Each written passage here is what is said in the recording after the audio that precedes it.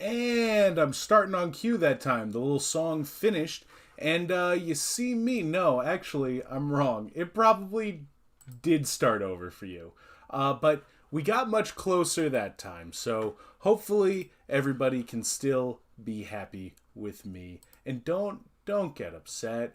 I I put a lot of work into live streaming, although not as much into my actual well produced my actual videos, which, not to toot my own horn, but they are edited, nice. But that does mean that oftentimes I just don't have enough time to hit every topic that I want, because you'll spend 2 weeks working on a Spider-Man Across the Spiderverse review, and you'll get done with it, and it's like everyone's done talking about that movie because now Transformers and The Flash are here.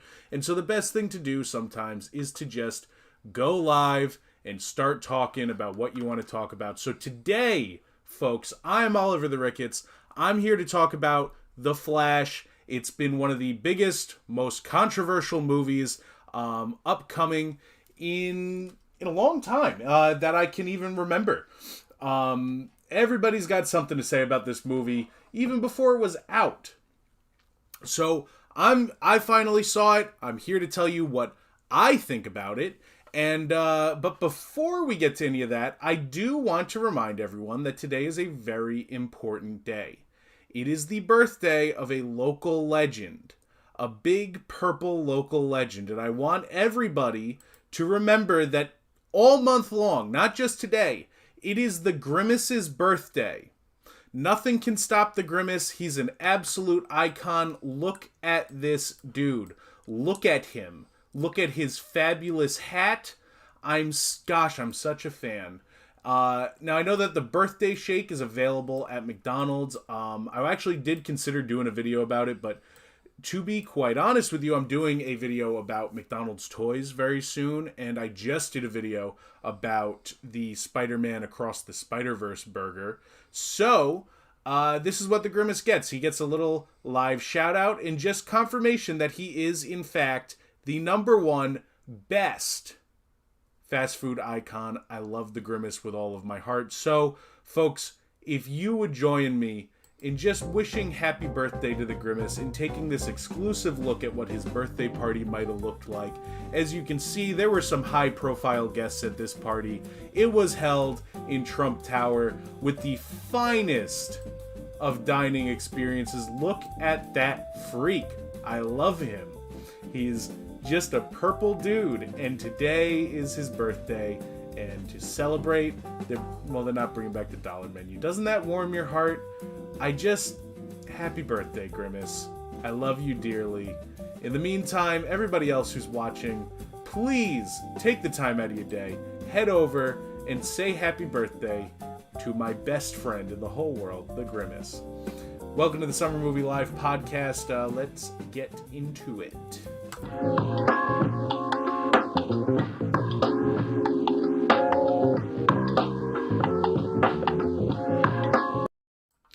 Welcome to the Big Summer Movie Live podcast. It's still a working title. It's just whatever jumbled thoughts come to my mind when I talk about blockbusters. And we have a huge blockbuster to talk about today. Now, I will say off the bat, the point of this was for me to be able to talk about all of the big summer movies without taking a huge chunk out of my schedule, which should show you right off the bat that I am lazy. I don't need to do a fully produced video every week, but I did do one for the last big summer movie. So I just want to point out, I know a lot of people are here just for me to talk about Spider-Man. So if you were looking for a Spider-Man discussion, it just gets very busy. So I do have my full video up on Spider-Man Across the Spider-Verse. Oh, good, an ad. That's what it is. It's this video, though. I talked all about it at length. You can definitely go check that out in lieu of a live stream, but I wasn't about to do that for The Flash for a couple of reasons. Number one, Spider-Man is my #1 favorite thing in the entire world, and while I love The Flash and I love Batman and I love superhero movies, my expectations for this movie were kind of low.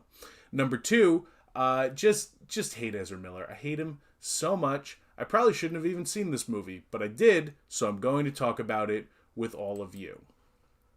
Now, let's take a look at what's going on with The Flash right now, because this has been a movie with a lot of controversy surrounding it. Obviously, outside of the Ezra Miller situation, there's been a lot of restructuring at Warner Brothers in DC as of late. There's no water in that, everybody. This movie was originally supposed to come out, I believe, in 2015, which, looking at it now, that is a wild concept. And right from when it was coming out, I think a lot of people were cautious about it, even before the Ezra Miller drama had happened. First of all, DC has not had a great track record. I'll stand by Man of Steel, Batman vs. Superman, both versions of Justice League.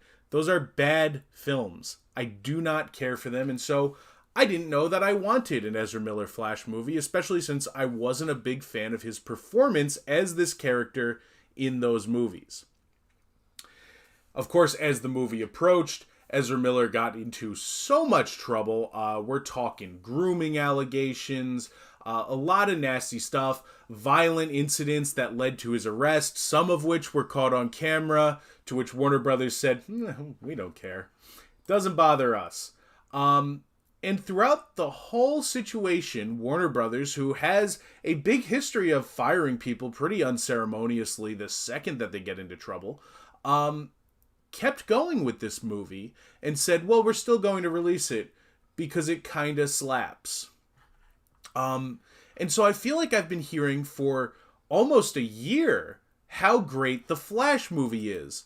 Let's take a look at some of the notable people who have said that this movie is the most amazing thing since The Dark Knight, since any movie. This is the Citizen Kane of big summer movies. And let's start with James Gunn, someone who I'm very excited to see his take on DC superheroes. I love James Gunn. Guardians of the Galaxy is still my favorite movie of the year. But James Gunn fully believes that The Flash is one of the best superhero movies of all time. And the thing is, when I look at some other movies that he's made, like Super, and even the first Guardians of the Galaxy, I can kind of see where he's coming from with some elements of this movie. It's got a lot of fun, especially in that front half. But I'll also say this article is from June 14th. When is it right now? Oh, this is a new article. He's been saying this for a little bit. I will also throw out there, though, that maybe us hearing this early set up some unrealistic expectations for a movie that is admittedly pretty fun. Stephen King, the director of Heavy Metal, and famous for nothing else, also has come out and said that he got an advanced screening of The Flash. He doesn't do a lot of superhero movies because he's pretentious, and I'll die on that hill as well. But this one is special. It's heartfelt, funny, eye-popping, and he loved it. This, to me, just says that Stephen King has not seen a ton of superhero movies, probably because he feels like he's too good for them. But there he is. Stephen King loved it as well. And then we have a story like Tom Cruise giving Andy Muschietti, the director of this film, a call to say that he absolutely loved the Flash film. He went to Warner Brothers and demanded that he be able to see it because Tom Cruise, that guy just loves watching and being in movies. And he says The Flash, probably better than Top Gun Maverick. And that's a direct quote from Tom Cruise. And so with all of these people, and the fact that although Warner Brothers went ahead and got rid of Batgirl just because, I guess they didn't like it, there was a big expectation for this movie to be the best thing ever. And right off the bat, we did see a lot of positive reviews until we get things like this. Now that the movie's out, I actually meant to bring up a positive review, but let's jump into this. Last couple of weeks, the movie's been playing for people, and word on the street is it sucks. The narrative behind this movie went from it being a masterpiece and one of the best DC movies of all time to, wow, this is awful. And while I was saying I get why James Gunn and Stephen King might look at a movie like this and think like this is the best thing ever, and I could totally see somebody watching this movie and legitimately believing it's the best thing ever, to me, I can also see why someone would look at this movie and say, no, it sucks. It's awful. Because there's such a mix of elements in The Flash. The first 2 acts were way better than I was expecting them to be, or had any right to be. However, the movie's 2.5 hours long, 2 hours 35 minutes actually, if you want to get particular. All right.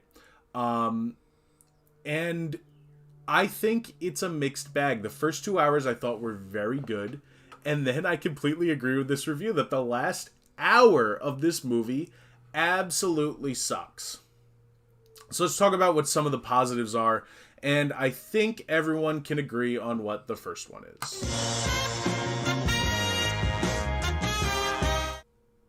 It was Barry. Do you see what I did there? It was like the hit HBO show Barry, but in this case, I'm talking about Barry Allen, everybody. I am so surprised that I did not hate Ezra Miller in this movie. That is the biggest shock of this whole thing, because when the trailers were coming out and they're saying like, well, guys, Michael Keaton's going to be in it, that's what got me on board. I am totally anti-Ezra Miller, although I understand they shot this movie before a lot of what he did happened. So I was not looking to be super into an Ezra Miller performance, but the fact that he plays 2 kind of annoying characters and never wears on your patience is absolutely incredible in my opinion. I think Ezra Miller has the best chemistry in this movie with the alternate universe version of himself. Pardon me. They actually were very good. I am just as surprised as everybody else to say that he carries this movie, and not only does he carry the movie, but the movie actually does allow them to be the star of the film. I think there was a lot of talk that Supergirl and Batman, they were going to take over this Flash movie, and it really wasn't going to be a Flash movie, but I can say that it 100% is Ezra Miller's Flash's movie. They are the star, they're in the front seat, and actually, the things between the 2 Barrys, as well as Barry and his parents, work very nicely as an emotional core to the film. I've seen every single DCEU movie, my favorite one being The Suicide Squad. I have, and barring that movie, and I have not seen Peacemaker, I need to get around to it, but barring that movie, I don't feel emotionally connected to DC characters in these movies because they've been handled so poorly. But I think the conflict that they have between Barry Allen and his mom and his dad actually works really nicely for this movie. And there were moments where I was like, wow, if that happened to a person, that would be really sad. If you ran so fast that your mom died, that would be terrible. And then your dad was arrested because you ran so fast that your mom died, that would be awful. And I really felt for Barry in that circumstance.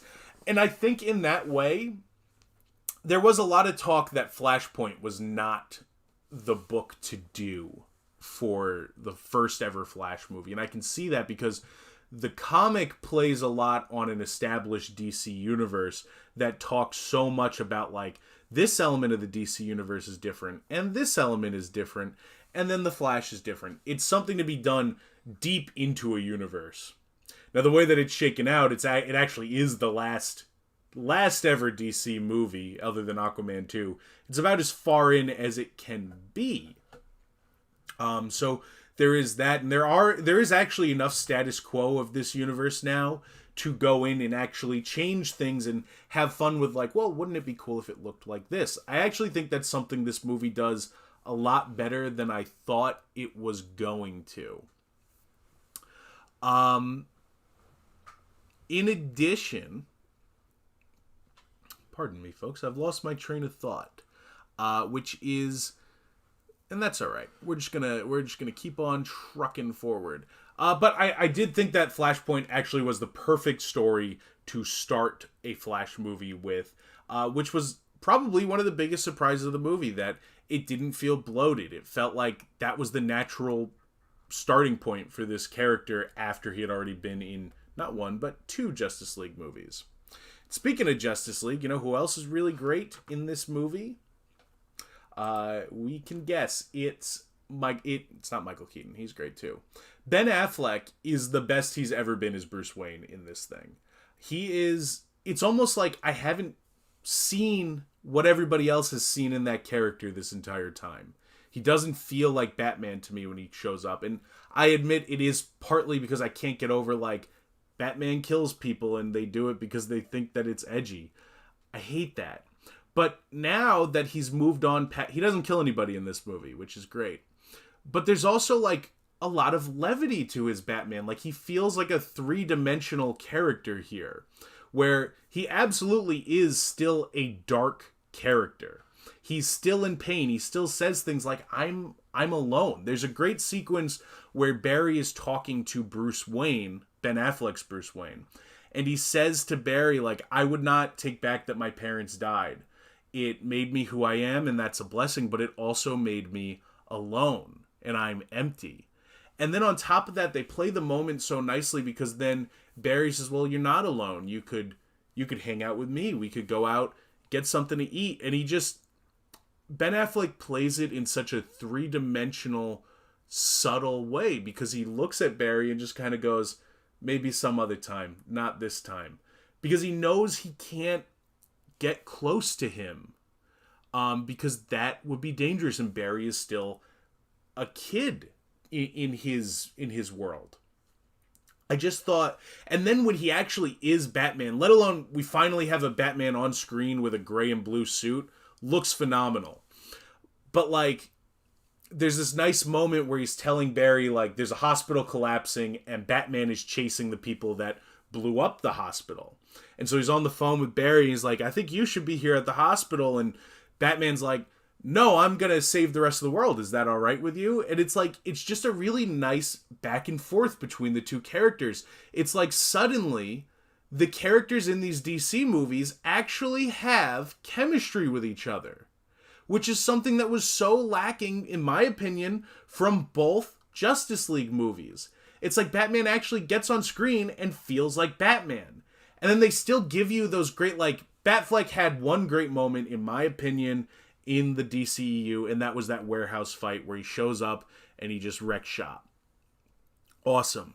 This movie has something like that, where he's chasing a car, he jumps in through the skylight, beats the hell out of the people driving the car, the bad guys, and then the guy who's actually driving, instead of dealing with Batman, opens the door and jumps out. That's a great Batman moment. And then, and this is going to be mild spoilers, so if you're not looking for spoilers of The Flash, and it's not too late for you, go ahead and click off the video, because I'm going to spoil something now. Wonder Woman also shows up in that opening scene, and it feels very much like the Justice League Cartoon Network show, the animated series. Them interacting with each other as a team, if they could have got this right 5 movies ago, they would really have something that would give Marvel a run for their money. I truly believe that. Or at least would be as good, because it has that fun Avengers thing. It has that dynamic that we want from the Justice League that we saw in that cartoon all those years ago, or that we see in the comics. They're an actual team who, like, have working dynamics with each other. And that's really cool. Not to mention, in this sequence that I'm talking about, Barry saves a building full of babies who are falling to their death, and he does it in a very, like, Quicksilver in the X-Men kind of way, where everything's really slowed down and he has to come up with creative ways to move the babies so that they don't explode from the amount of speed that it would be for him to run up and grab a baby, which is where you get that clip of Ezra Miller putting a baby in a microwave, which does happen in this movie. What I like about it is it feels like the Flash that I grew up with. He's a Looney Tune, you know? The comedy that comes along with him doesn't break the universe. It doesn't make things too silly, but it does feel really frantic and really out there. And that's something you can do with this character almost on Deadpool's the wrong word, and I know a lot of people will go to Deadpool when you hear funny superhero. It's kind of more like Bugs Bunny, because that's really what it feels like. He feels like Bugs Bunny in that opening scene in the best way possible. Now, of course, from here, this is just our opening set piece, and then we get a lot of stuff with Flash running, a lot of stuff with his parents, which all works beautifully. We get him going back in time after talking to Batman. And one of the twists that I really like in this movie is how they had two Barry Allens and they switch abilities. The Barry Allen in the past has no powers when our Barry gets there, and then he winds up with Barry's powers. So main Barry Allen has to kind of walk other universe Barry Allen through having superpowers. So you have someone who has all the abilities, but he doesn't know how to use them. And then you have someone who knows how to use all these abilities, but he can't because he doesn't have them. And that I thought was a really fun dynamic that was a little bit better than just like, all right, I'm a superhero and I got to cart around this idiot version of me now. Like, because the other Barry is a moron. And he really doesn't bring a lot to the table. So if you don't have that element of him having the superpowers and having to learn it from other Barry, and also there's like a cool element of like me thinking, oh, he's going to go bad the whole time. And of course, spoiler, that does kind of happen. But there's that feeling of dread of like, when is this going to turn? And there's also the feeling of like, well, this is a cool buddy thing. I get all of these things work so well to make this movie probably one of the best DC projects, at least in the first two acts. And then, of course, there is the element of the movie that everybody is looking forward to, and that, of course, is Michael Keaton as Batman. He's on all the posters. He's in literally everything that you could see for this movie, and he looks great. Look at him. It's like, what's cool about this take on this Batman is it understands that Bruce Wayne was out of his mind insane. He was a weird dude living in a gothic castle, and he still is. He's still out of his mind crazy. But he's also smart, and he's charming, just like Michael Keaton was back then. I also really like that we can finally see him move his neck. There's this great action sequence with him fighting one of the Kryptonians at the end, where like he's got these bombs and he keeps putting them on the guy and then crawling around to the other side of his body so that they explode, and he uses the guy as like a human shield. And it's like, when you're watching Batman 89 growing up, that is what you picture Batman to be like. You know what I mean? They didn't have the technology to make him have a great fist fight in that suit, but the editing kind of just strays away from you being able to see anything at all. So in my head, this is always what Batman has fought like. And he looks great doing it for real. I also love that when Barry finds Michael Keaton's Batman, he's not in despair. Like he's accomplished his big life goal. And I think that that's something that more legacy movies should be doing. If you're going to bring a legacy character in, I'm not a huge fan of the idea that they are suffering the entire time that you didn't see them. Now, there are exceptions like Luke Skywalker in Last Jedi. I think that works. Andrew Garfield in Spider-Man No Way Home. I think that works. Where that person, when we left off, was in a bad spot. It would make sense that they had some hard years, you know. But there was no reason for Michael Keaton's Batman to be suffering. So I'm glad that he wasn't. However, I also don't love that the payoff for this at the end of the movie is his Batman dies. And Barry says like, we'll bring you back, don't worry. And he says to him, you already did. Like, it's like a good thing. Like, and he's of course referring to the fact that Barry came along and said like, well, you gotta come be Batman again. And that's one of the few things in this movie where like, I think it doesn't really understand the concept of Batman. Batman doesn't want to be Batman. It's a curse, but it's a responsibility that he has to do because he has to protect Gotham. So Barry coming along and being like, I screwed up, now you have to be Batman, come on, let's do it. That's not and then winds up killing him. I think is like, it's a little weird that then he'd be like, you already did. It's great that I was Batman at the end. It's not great. But that's, again, one of my only nitpicks for this character. Of course, I also did not love the forcing of the 80s movie references. Batman in those movies did not walk around going, you want to get nuts, let's get nuts. He says that as a one-off in response to something that was said to him. It's not his catchphrase. That makes about as much sense as Willem Dafoe working in, like, I'm something of a scientist myself.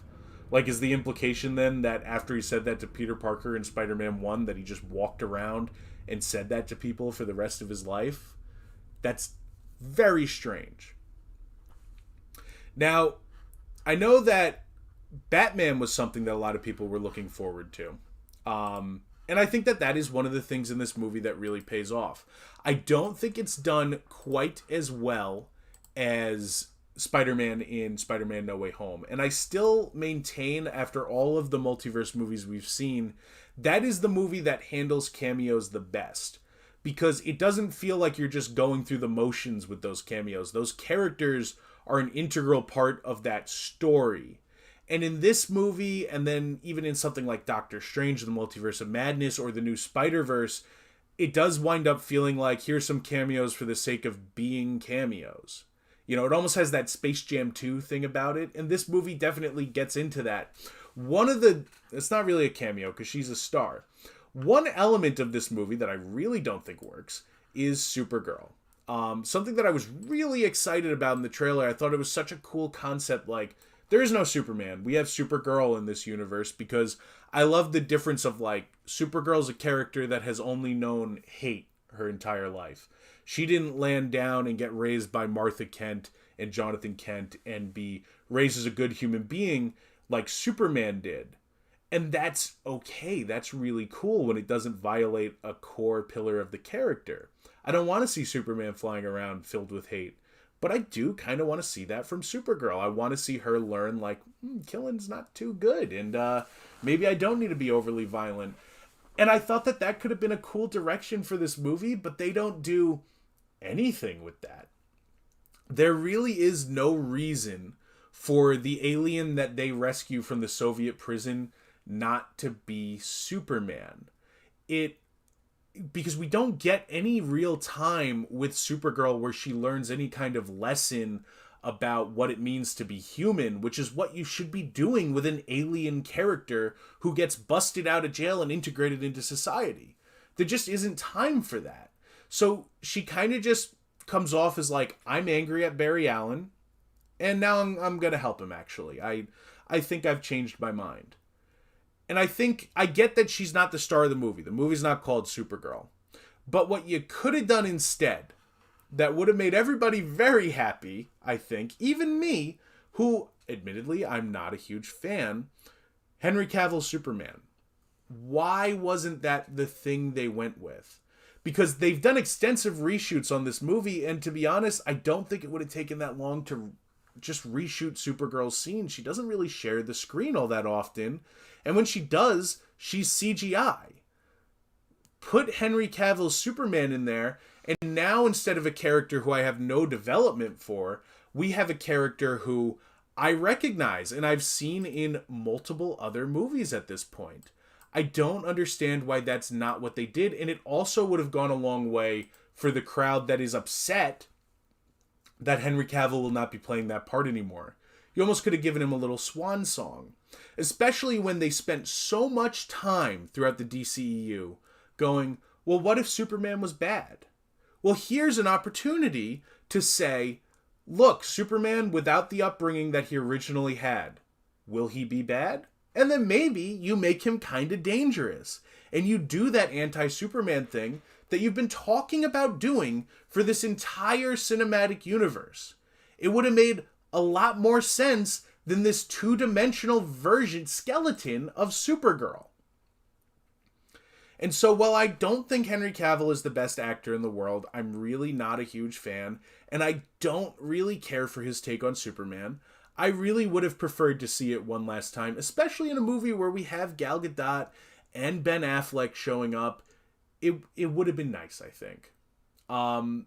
And Supergirl is just a symptom of the overall big issue that I have with this movie, which is that when you get to that last hour and things really get a little bit more complicated, it just slows down. The last hour of this movie is very difficult to get to.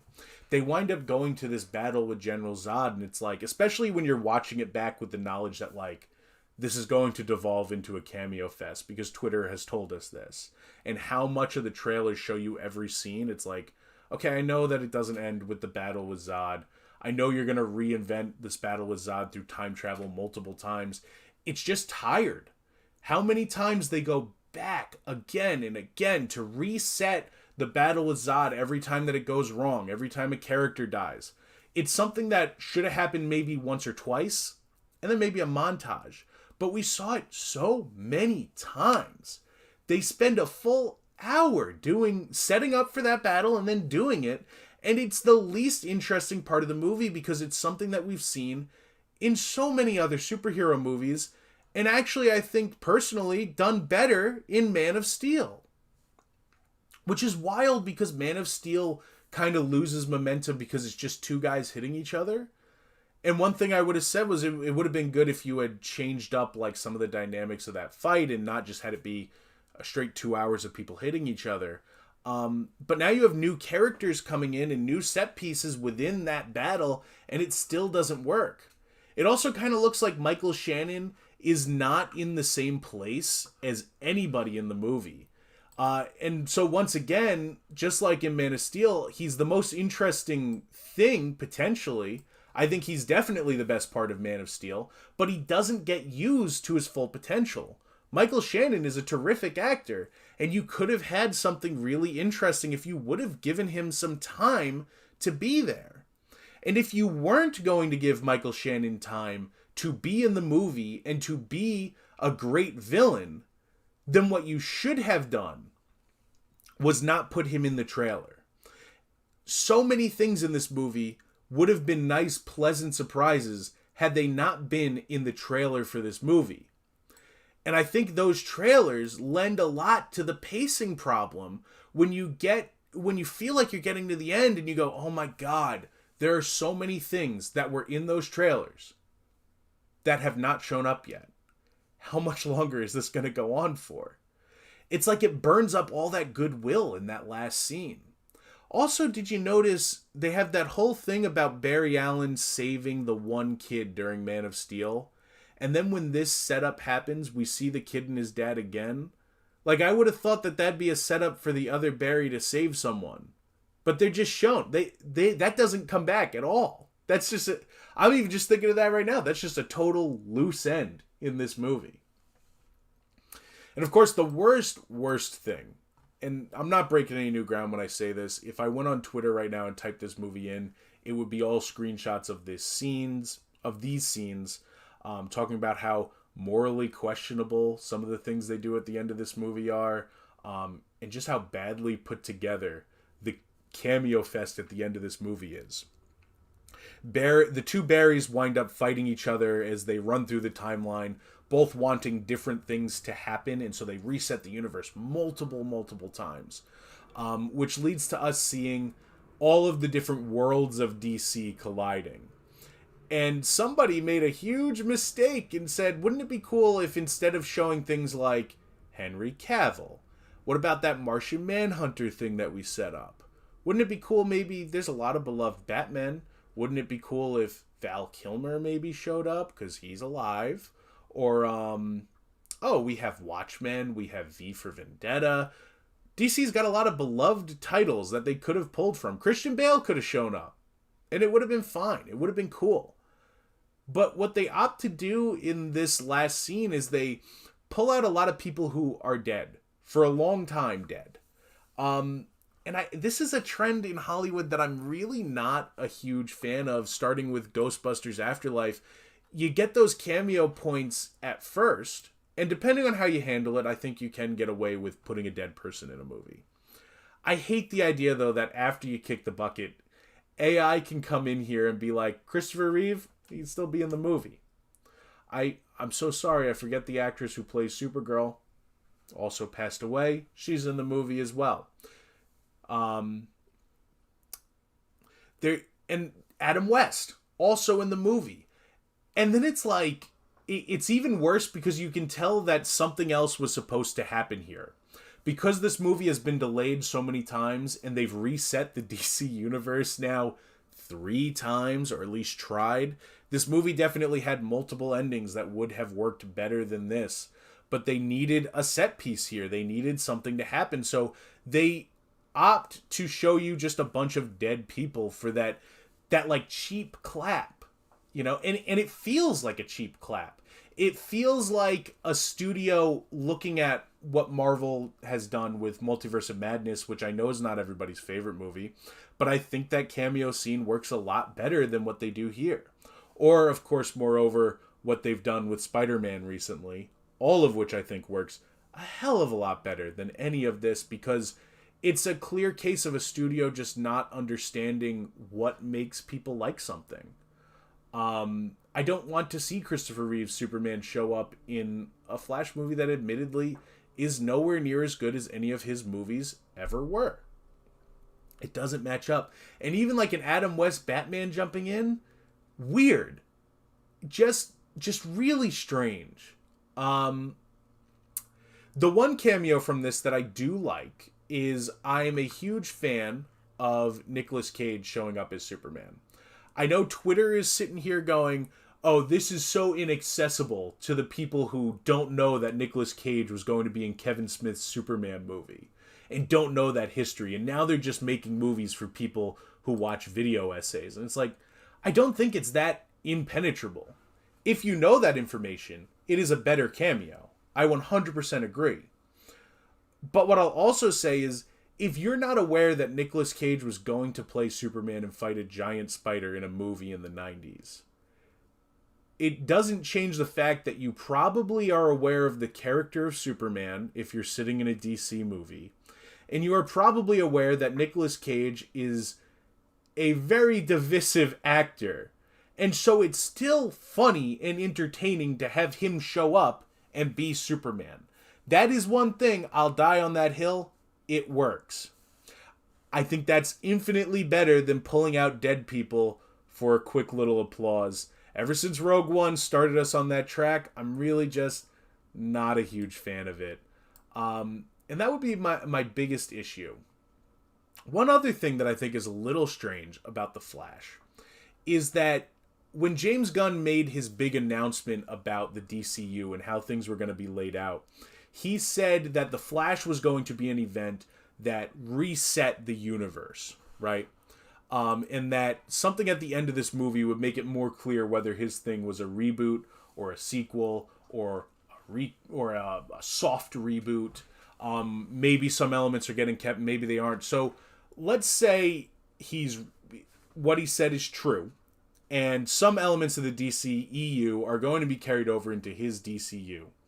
The end of this movie does not make any of that clear. I assume his Suicide Squad is still canon, Peacemaker Season 2 is happening, and Waller with Viola Davis is happening. That would make Suicide Squad canon, and you can do that pretty easily. I really doubt that Ezra Miller is coming back as the Flash. But maybe what you do is you recast, but you say, no, but it's just a recast. It's not a new character. That Barry is still this Barry, similar to how they did it with Val Kilmer replacing Michael Keaton, or how Jake Gyllenhaal would have replaced Tobey Maguire. That I could see. Jason Momoa, I don't know if he's going to play Aquaman again, especially because the word on the street is that Aquaman 2 is a really bad movie. And I think a lot of people are waiting around to see him play Lobo, and I think that there might be some stock to that rumor. Of course, I wouldn't be upset if Jason Momoa continued to play Aquaman. I think he's one of the only things about the DCEU that actually worked the whole time. But then it calls into question, why is Superman different? Well, I guess that's because Barry has reset elements of the timeline, because Batman shows up at the end of this film, and he looks different. He looks like George Clooney, which plays like it's a joke about Batman and Robin, right? And it might just be that. And maybe this is just the last movie in the DCEU, and when James Gunn steps back up, it's a reboot. I could see that. But then why say that about the end of this movie? James Gunn has denied so many times that George Clooney is going to be the Batman in the DCU Brave and Bold movie and going forward, which is what this ending would imply, that that's what's going to happen. And you even look at that, Batman the Brave and the Bold is kind of a silly title. And George Clooney was in the silliest Batman movie. Also, George Clooney is old enough to have a son. And so it would make sense that you're going to do a movie where Batman is the father to the Robin in that movie. Okay, yeah, that would be George Clooney. But he's saying up and down he's going to just get a new person to do that part. And so I'm not left with an explanation for what's coming from the DCEU to the DCU. I'm actually just more confused than I've been this entire time. And that, I guess that's not really the movie's fault. It's this weird middle ground of like, they've just fumbled this so hard and are just so in need of a full-on reboot because nothing you could do could really save it from tremendous audience confusion.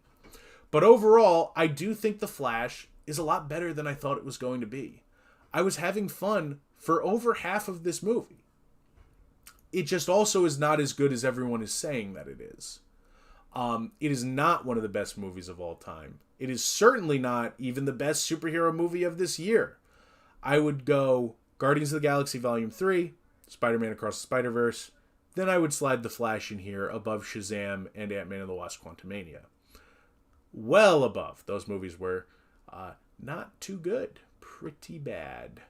And that, of course, brings me to my ranking of this movie. And I'm giving The Flash a B-. I had a good time with it, but it has an awful last act. And the thing about having an awful last act is that is the thing that you leave remembering. But for the beginning and for when it felt like a good Justice League movie, I was having a lot of fun with it. And so let's really quickly head over here and just see where I rate this with the other summer movies from this year. Bear with me for 1 second here, folks. So, we've missed a couple episodes. I've seen some other summer movies. The Little Mermaid, I went on vacation. Sue me. It's the summertime. But as you can see here, I've given that movie a B. I really liked The Little Mermaid a lot. Spider-Man Across the Spiderverse, I did not do a stream because I did a fully produced video where I gave it an A-, making it the second best movie of the summer. Guardians of the Galaxy Volume 3 still sits on top of my summer movie rankings with an A+. I've not seen Transformers yet, but I will add it to this list at some point. The Flash comes in at number 4, just under The Little Mermaid, which I think is slightly a better movie, but I like them about the same.